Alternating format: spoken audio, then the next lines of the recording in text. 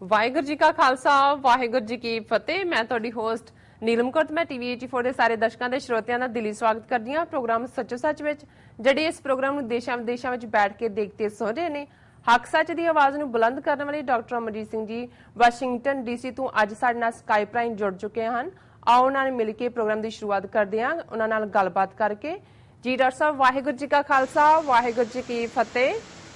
ਵਾਹਿਗੁਰੂ ਜੀ ਕਾ ਖਾਲਸਾ ਵਾਹਿਗੁਰੂ ਜੀ ਕੀ ਫਤਿਹ। ਜੀ ਡਾਕਟਰ ਸਾਹਿਬ, ਤੁਹਾਡਾ ਬਹੁਤ ਬਹੁਤ ਸਵਾਗਤ ਹੈ ਪ੍ਰੋਗਰਾਮ ਸੱਚੋ ਸੱਚ ਵਿੱਚ।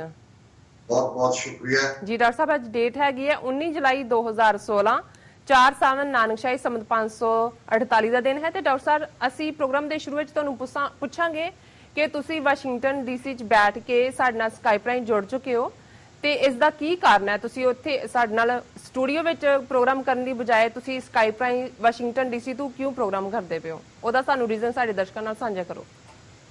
ਦੇਖੋ, ਸਭ ਤੋਂ ਪਹਿਲਾਂ ਤਾਂ ਅਸੀਂ ਆਪਣੇ ਦਰਸ਼ਕਾਂ ਨੂੰ ਇਹ ਜਾਣਕਾਰੀ ਦੇਣਾ ਚਾਹੁੰਦੇ ਹਾਂ ਕਿ ਸਾਡੇ ਬਹੁਤ ਹੀ ਪਿਆਰੇ ਮਿੱਤਰ ਪੰਥ ਪ੍ਰਸਤ ਔਰ ਸਿੱਖ ਵੀਰ ਜਿਹੜੇ 3 ਦਹਾਕਿਆਂ ਤੋਂ ਖਾਲਿਸਤਾਨ ਦੇ ਸੰਘਰਸ਼ ਨਾਲ ਜੁੜੇ ਹੋਏ ਨੇ।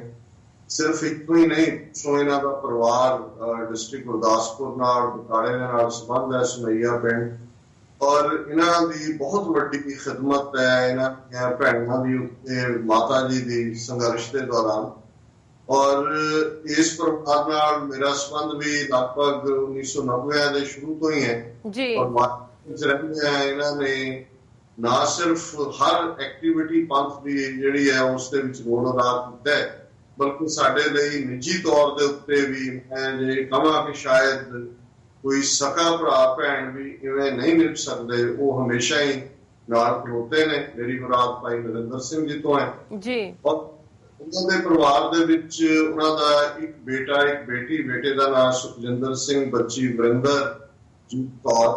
ਔਰ ਇਹ ਦੁੱਖ ਦੀ ਗੱਲ ਹੈ ਕਿ ਉਹਨਾਂ ਦਾ ਬੇਟਾ, ਜਦੋਂ ਕਿ ਮੈਨੂੰ ਯਾਦ ਹੈ ਵੀ ਇੱਥੇ ਆਇਆ ਹੈ, ਦੋਵੇਂ ਭੈਣ ਭਰਾ ਸਕੂਲ ਗੋਇੰਗ ਸਨ, 8ਵੀਂ 9ਵੀਂ ਦੇ ਵਿੱਚ ਪੜ੍ਹਦਾ ਸੀ ਜੀ। ਔਰ ਬੱਚਾ ਲੰਮਾ ਆਲਮੋਸਟ 6 ਫੁੱਟ ਦਾ ਜਵਾਨ, ਔਰ ਇੱਥੇ ਹਾਈ ਸਕੂਲ ਬਹੁਤ ਚੰਗੇ ਨੰਬਰਾਂ 'ਚ ਪਾਸ ਕੀਤਾ ਹੈ।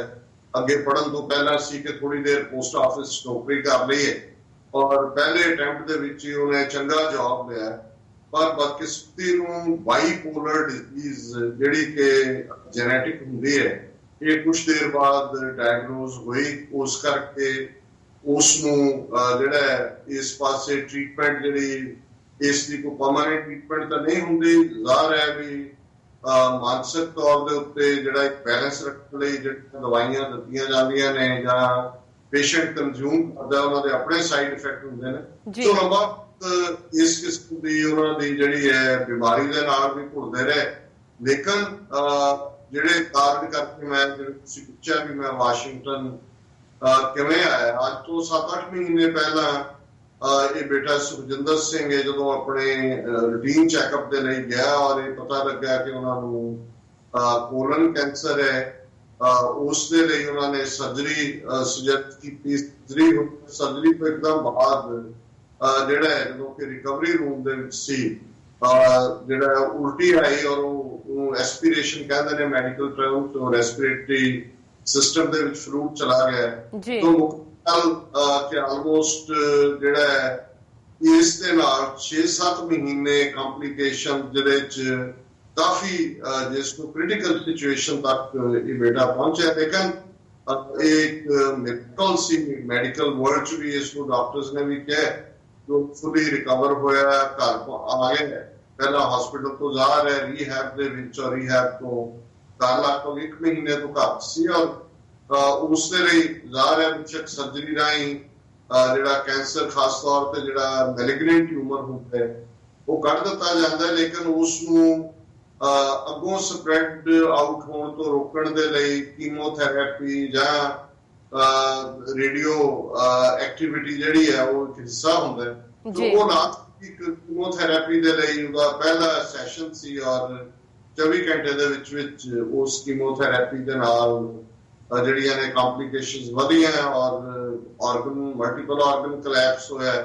ਔਰ ਜਦੋਂ ਕਿ ਮੈਂ ਸੰਡੇ ਗੁਰਦੁਆਰਾ ਸਾਹਿਬ ਰਿਚਮੰਡ ਹਿੱਲ ਕਲਚਰਲ ਸੁਸਾਇਟੀ ਦੇ ਵਿੱਚ ਸ਼ਹੀਦੀ ਸਮਾਗਮ ਸੀ, ਜਨਰਲ ਲਾਭ ਸਿੰਘ, ਸ਼ਹੀਦ ਭਾਈ ਤਾਰਕ याद उस तो पहला मैं पता लग गया सी कि भी काफी ग्रेव सिचुएशन है। मैं उस प्रोग्राम तो बाद ही फ्लाई करके सीधा वाशिंगटन डीसी पहुंचा, एयरपोर्ट तो हॉस्पिटल गया और पास्ट मिडनाइट सवेरे 1:15 बजे मंडे मॉर्निंग सुखजिंदर सिंह ने फरीदला साह रहा, जो कि उन्होंने माता पिता भैन और दूसरे क्लोज जिन्हें वो मौजूद सन। सो एक ना सिर्फ परिवार के लिए ट्रॉमा है, क्योंकि जिवें दा कल तो इत्थे सैकड़ियां की गिणती के चार चफेरियों जिहड़ा है वो परिवार नाल हमदर्दी रखने वाले आ रहे हैं, जिन्हां दे विच बहुत घट ने जिन्हां दा सीधा संबंध है कौम दे नाल संबंधा करके। और उन्हां दा इस बेटे सुखजिंदर सिंह दा फ्यूनरल जिहड़ा कमिंग सैटरडे 11 ਤੋਂ 1 ਵਜੇ तक जिहड़ा बेकर पोस्ट फ्यूनरल होम है वर्जीनिया ਉਹਦੇ ਚ है। फिर 4 बजे तक अरदास है सिख सेंटर ऑफ वर्जीनिया। और जिन्नी जानकारी है मेरे को काफी रिप्रेजेंटेटिव गैदरिंग अमरीका कैनेडा भर चों जिहड़े ने इस समागम ਦੇ ਵਿੱਚ शामिल होने ਲਈ आ रहे हैं। सो परिवार ਦੇ ਨਾਲ हमदर्दी ਦਾ ਪ੍ਰਗਟਾ ਕਰਦੇ हैं। और दूसरा ਜਦੋਂ ਇਸ किस्म ਦੀ घटना कोई ਵਾਪਰਦੀ है एक ਵੱਡਾ ਇਹ ਪੰਥਕ ਸਦਮਾ ਵੀ ਹੁੰਦਾ ਹੈ। और ਜੇ ਤੁਸੀਂ ਸਭ ਦੇ ਨਾਲ ਡੀਲ ਕਰਨਾ ਹੈ ਤੇ ਪਰਿਵਾਰ ਨੂੰ ਹੋਰ ਵੀ ਜਜ਼ਬਾਤੀ ਸਪੋਰਟ ਦੀ ਲੋੜ ਹੁੰਦੀ ਹੈ। ਸੋ ਅਖਲਾਕੀ ਤੌਰ ਤੇ ਆਪਣਾ ਇਹ ਫਰਜ਼ ਸਮਝਿਆ ਕਿ ਮੈਨੂੰ ਇੱਥੇ ਰੁਕਣਾ ਚਾਹੀਦਾ ਹੈ।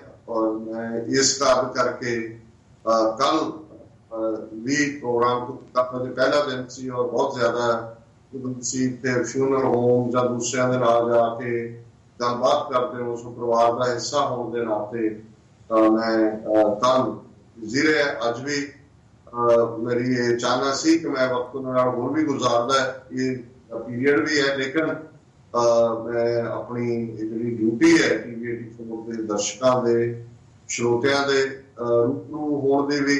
और मैं समझदा कौमी तौर पर जिहड़ियां डेवलपमेंट्स दुनिया भर च हुंदियां ने साडे व्यूअर साडे श्रोते इंतजार हुंदे ने कि उस दे विच सिख नुक्ता निगाह तो की स्पेन होएगी। सो मैं अज भी और अगले 2 दिन भी स्काइप राਹੀਂ ही ਜਿਹੜਾ ਉਹ ਸ਼ਰੋਤਿਆਂ ਦੇ ਦਰਸ਼ਕਾਂ ਦੇ ਰੂਬਰੂ ਹੋਵਾਂਗੇ। ਸੈਟਰਡੇ ਦੀ ਇਸ ਅੰਤਮ ਅਰਦਾਸ ਤੋਂ ਬਾਅਦ ਐਤਵਾਰ ਮੈਂ ਵਾਪਸ ਆਵਾਂਗਾ ਨਿਊਯਾਰਕ ਔਰ ਮੰਡੇ ਤੋਂ ਅਸੀਂ ਜਿਹੜਾ ਇਸ ਪ੍ਰੋਗਰਾਮ ਨੂੰ ਸਟੂਡੀਓ ਕੀਤਾ। ਜੀ ਡਾਕਟਰ ਸਾਹਿਬ, ਵਾਕਿਆ ਬੜੀ ਦੁਖਦਾਇਕ ਖਬਰ ਸੀ ਜਿਹੜੀ ਤੁਸੀਂ ਸਾਡੇ ਦਰਸ਼ਕਾਂ ਨਾਲ ਸ਼ੇਅਰ ਕੀਤੀ ਹੈ। ਤੇ ਡਾਕਟਰ ਸਾਹਿਬ ਹੁਣ ਅਸੀਂ ਤੁਹਾਡੇ ਕੋਲ ਪੁੱਛਣਾ ਚਾਹਾਂਗੇ ਤੁਹਾਡਾ ਵੀਕਐਂਡ, ਜਿਸ ਤਰ੍ਹਾਂ ਕਿ ਤੁਸੀਂ ਇਹ ਖਬਰ ਸੁਣਦੇ ਸਾਰੀ ਤੁਸੀਂ ਵਾਸ਼ਿੰਗਟਨ DC ਚਲੇ ਗਏ ਸੀ, ਉਸ ਤੋਂ ਪਹਿਲਾਂ ਤੁਸੀਂ ਵੀਕਐਂਡ ਕਿੱਥੇ ਗੁਜ਼ਾਰਿਆ ਇਹ ਤੁਸੀਂ ਸਾਡੇ ਦਰਸ਼ਕਾਂ ਨਾਲ ਜਰੂਰ ਸ਼ੇਅਰ ਕਰੋ। ਦੇਖੋ ਜਿਵੇਂ ਮੈਂ ਦੱਸਿਆ ਹੀ ਮੁੱਢਲੇ ਤੌਰ ਤੇ ਬੀਤਿਆ ਐਤਵਾਰ ਗੁਰਦੁਆਰਾ ਸਾਹਿਬ ਰਿਚਮੰਡ ਹਿੱਲ ਕਲਚਰਲ ਸੁਸਾਇਟੀ ਦੇ ਵਿੱਚ ਗੁਰਦੁਆਰਾ ਸਾਹਿਬ ਦੀ ਮੈਨੇਜਮੈਂਟ ਕਮੇਟੀ, ਟ੍ਰਾਈ ਸਟੇਟ ਦੀਆਂ ਅੱਡ-ਅੱਡ ਗੁਰਦੁਆਰਾ ਕਮੇਟੀਆਂ ਔਰ ਸਿੱਖ ਜਥੇਬੰਦੀਆਂ ਜਿਨ੍ਹਾਂ ਦੇ ਵਿੱਚ Doaba Sikh Association, Sikhs for Justice, East Coast Gurdwara Committee तक लहर और शायद मैं कुछ का नाम मेरे सामने लिस्ट नहीं है जी।